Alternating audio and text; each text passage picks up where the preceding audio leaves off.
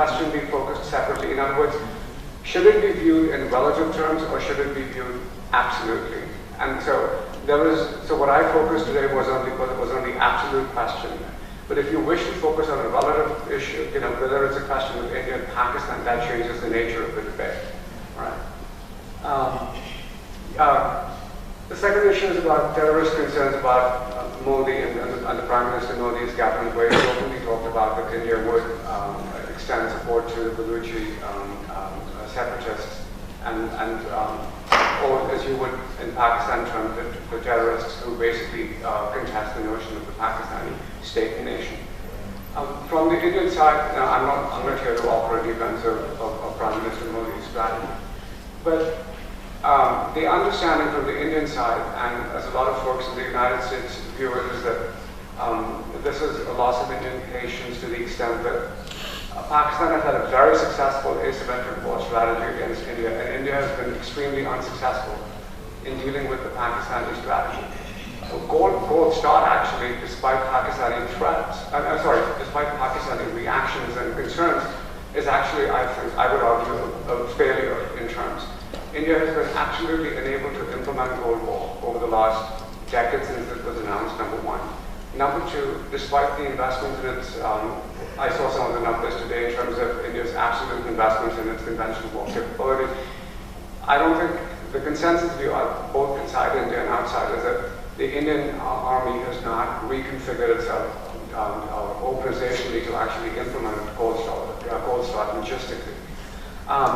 The Indians, even though the Indians wish to implement, in theory, a strategy of punishment, what the Indians have adopted in practice is a strategy of denial. The Indian strategy still has been to absorb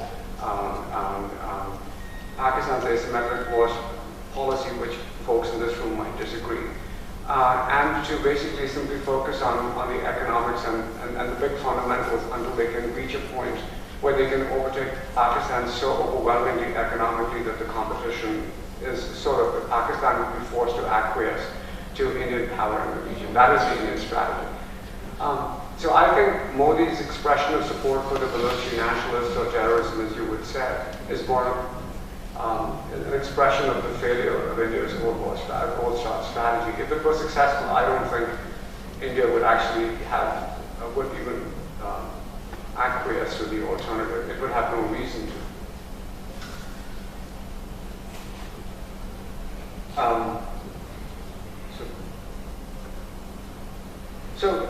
I'm sorry, I'm not entirely sure about your question on India and tactical nuclear weapons. Are you saying that India, like Pakistan, intends or is interested in developing tactical nuclear weapons? India already has. Okay. Yes, it's a Praha. Right. The Press Information Bureau press release termed it as a tactical nuclear weapon. But most of the issues that I read, I just wanted you to take back home, not necessarily respond to those. All right. The question of tactical nuclear weapons, as far as India is concerned, is very controversial. India's the Bhabha Atomic Energy Agency in 1998 started the second round of tests that it had conducted certain low-yield nuclear tests. But these were not tactical nuclear weapons. The Indian military, the Indian army in the past has expressed interest in tactical nuclear weapons only to be refuted, which does not mean that low-yield nuclear weapons, for example, 12 to 15 kilotons, could not be used in a tactical nuclear role. So, okay.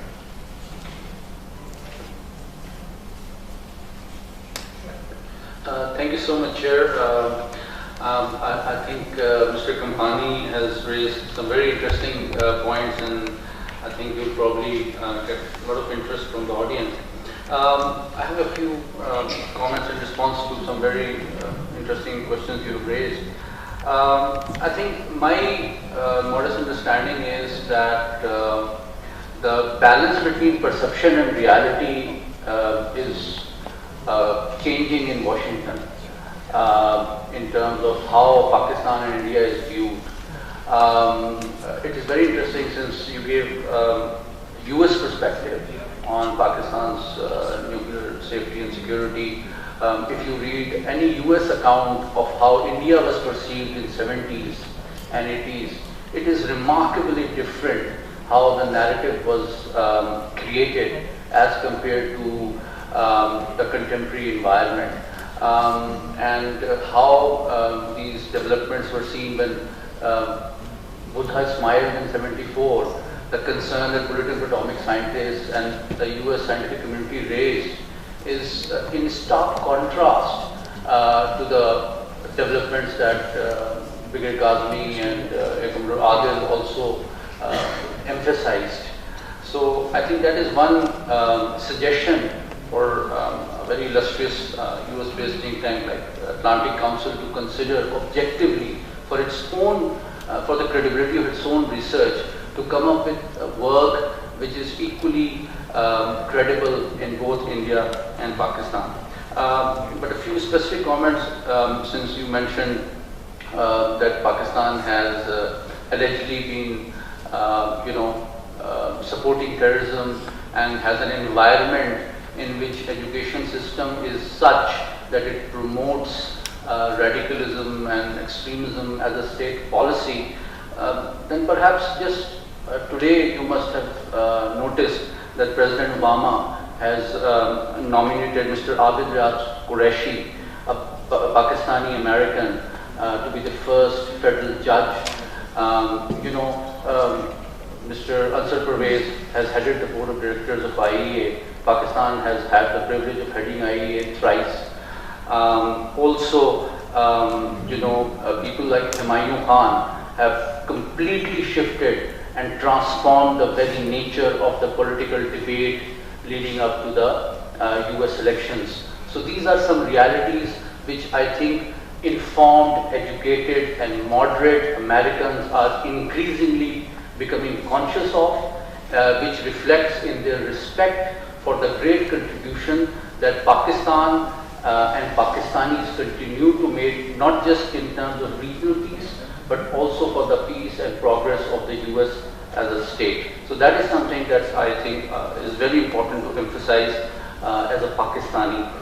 In terms of nuclear weapons, you said, it seems, the impression, because you apparently have not visited Islamabad very frequently, is essential for you to understand. Maybe you need to engage more so that you get more aware of how we perceive the reality in this region.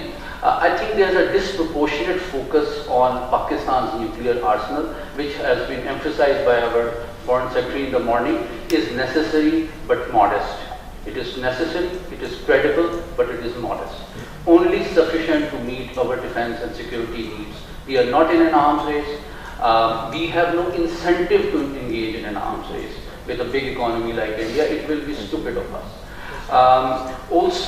If you look at the size of the nuclear arsenal internationally, I think 90% of the fissile material is still in possession of 2 states only, which includes the US. Despite the ambitious objectives of nuclear zero and all that. So if Turkey has some problems of political nature, the international community is not very concerned about the safety and security of the B-61 TNWs, whether they are still there, who is manning them, who is providing security. So these are genuine concerns that we have and should be raised. Rather than focusing disproportionately on Pakistan, that perhaps reflects a degree of obsession. So these are some of the suggestions for you to take back. Thank you. I just want to respond to Dr. Adil Sultan and yourself as well. I think the concerns about Indian arsenal are being raised. Vipin Naran's piece in Washington Quarterly 2 years ago raised some of these concerns, and it received a large amount of publicity. The other work that's been consistently done is from the Nuclear Threat Initiative, where it ranks every state, and India is not one of the forthcoming states in terms of providing data. So it does receive a fair degree of attention about all states calibrated in some form of a matrix on that. And Turkey concerns, we ourselves at the Council, we raised some of these, we've written after the coup in Turkey, after the attempted coup in Turkey, we ourselves have covered some of these issues, including the safety and security of US nuclear weapons, and we've been raising the debate on that. So So there's one theme that's come up, which is obviously very strong, which is this element of patronizing American attitude and looking down and basically lecturing to Pakistan, given the fact that it has the largest nuclear arsenal in the world, and there have been a whole number of accidents involving the U.S. nuclear arsenal, and there have been deployments of the nuclear arsenal without authorization as recently as 3 or 4 years ago. And you're absolutely right. Yes, there have been huge issues with the U.S. arsenal. There have been accidents where where weapons came very close to being exploded, including hydrogen bombs. And there was a weapon that was lost that was just discovered off the coast of Carolina. In fact, it was discovered by a bunch of British divers just 2 years ago and retrieved by the Air Force. So yes, I mean, of course it grates. I mean, when you come to Pakistan and you talk about some of these things, it grates on the Pakistani ears that yes, there is this element of patronizing elements. So, but I do want to distinguish two things. One is there are issues what I thought I raised were generic for all nuclear arsenals. That's number one. Number two, there is the absolute and the relative side. So if one compares the size of the American arsenal and the problems it has had, and if you're comparing in relative terms, one could say that there is more data on the U.S. side that actually reflects the problems with the American arsenal. But if you simply focus on but then should it always be relative, or it might be, or can we look at a problem or a potential problem in its absolute form? You know, and that comes across as particularly great, because then the question then becomes, but yes, but you have a problem too, why focus on us, right? Yeah. So the question is, can we simply address the question in absolute terms and you know, try and overlook the question of what a national ego is? And this is not to say that the United States does not have any problems, and this is not to say that the Indian state does not have any problems. The other question is, yes, there is this question of reality and perception. And in the United States, my understanding of the history of the Cold War and the U.S. approach to South Asia was that India was always considered a particular prize to be had because of its size and because of its potential as what the United States perceived as a great power.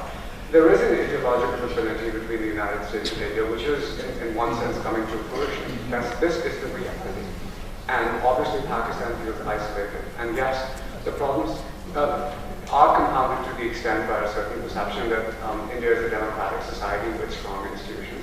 And because of Pakistan's more difficult transition towards a stable democratic institutions, Pakistan is perceived to be, you know, institutionally, they're perceived to be greater problems.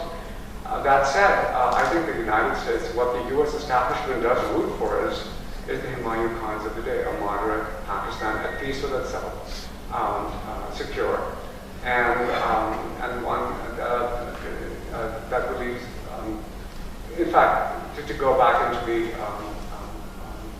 I think it would be the Pakistan of the 1960s, which the United States would be more comfortable with.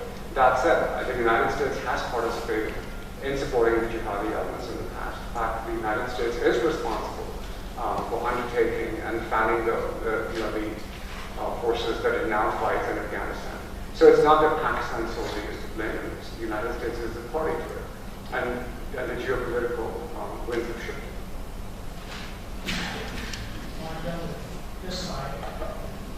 Thank you very much. It was my question about the Broken Arrow incidents, and so agreed. One thing you said that you were addressing generally all nuclear weapon states. One thing that I took great offense to was the element that the state is sponsoring the education in a way where we're creating a society of extremists.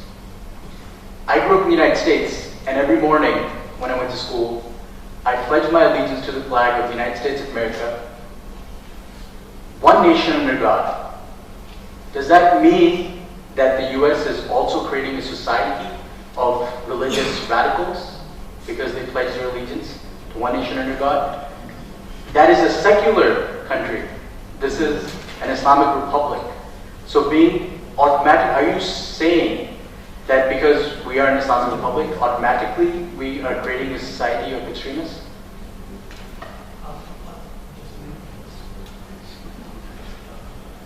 Thank you, Chair.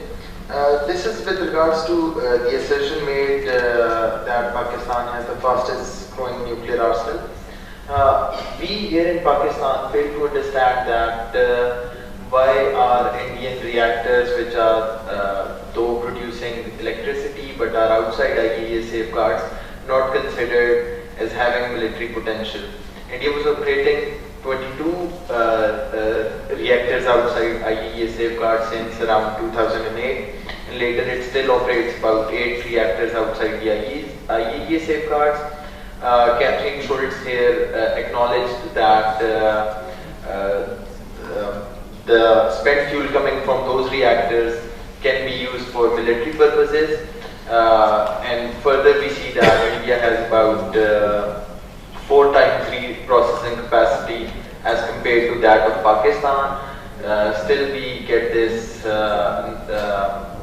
assertion that Pakistan alone has the fastest growing arsenal. I fail to see any evidence that suggests that Pakistan is weaponizing all of its fissile material and India is not. Thank you. Right. So, to the first question, I'm sorry that you were offended. No, it's not my question that the education system is directly related to the growth of fundamentalism. But if you, I don't want to have an academic debate with you, but there are databases that show the number of incidents of sectarian violence that exists in Pakistan and that has increased substantially over the last decade. And the numbers are clearly on the uptick. And I'd be very happy to share the data with you. And again, if we can have a back and forth. And from killings involving 140 kids in schools. I mean, it's not that we don't have killings in the United States, but they don't seem to be laced with religious. Yes. I'll just say abortion clinics. Yes. Young children. What I'm trying to say is that there is an element of religious extremism in the United States, and if you go, even if you're traveling to, let's say, Maryland, which is not, I wouldn't consider it to be down south, Southeast Virginia, you can see that there's a strong presence of religion in more than half of the United States. Now, I honestly, it is very offensive, and I know you didn't mean to offend, but we are an Islamic republic. Right. And if we're an Islamic republic, does that automatically put us in the category of religious extremists, a country of fundamentalists? No. No, it does not. It does not. But again, all right. Yeah, but, I think it'd be best if we discuss this on the side, because otherwise we can go on with back and forth. To the second issue about why is Pakistan's arsenal perceived to be the fastest growing? Yes, India has a whole number of reactors outside IAEA safeguards, and the reason is that potentially those reactors can be used, but the power reactors usually are not the most efficient means of generating fissile material. The question is India transforming the spent fuel from those reactors? Is it burning them at a lower capacity, at a lower burn rate, and then reprocessing the fuel? That is not so evident. Unlike, in the case of Pakistan again, there is no direct linkage between its building of plutonium reactors, generating fissile material, and crafting them into warheads. But the reactors appear, at least at a technical level, to be more dedicated towards the weapons effort compared to India, whereby there is potential that exists. But the reactors are not the most efficient means of producing weapons-grade plutonium.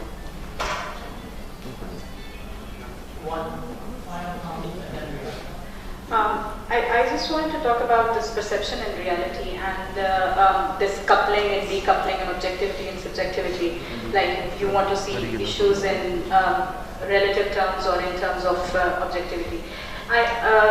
One of the perceptions here in Pakistan is that when India is seen, when Indian nuclear issues are seen, they're seen in relative terms vis-a-vis China. So there is a relativity there in the United States in how it views the issues, but it's vis-a-vis China. But when it comes to Pakistan, there is an objectivity, but then that objectivity is marred by political considerations that are in turn coming from countries like India.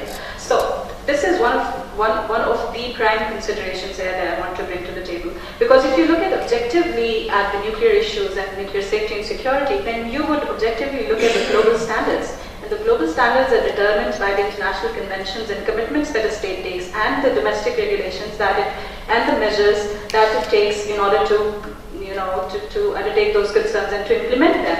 And if that is the criteria, that would be an objective criteria, and put Pakistan on that criteria, the whole debate would change. Thank you. With that, thank you very much. I'm asked to wrap up, and it's time for lunch. Thanks.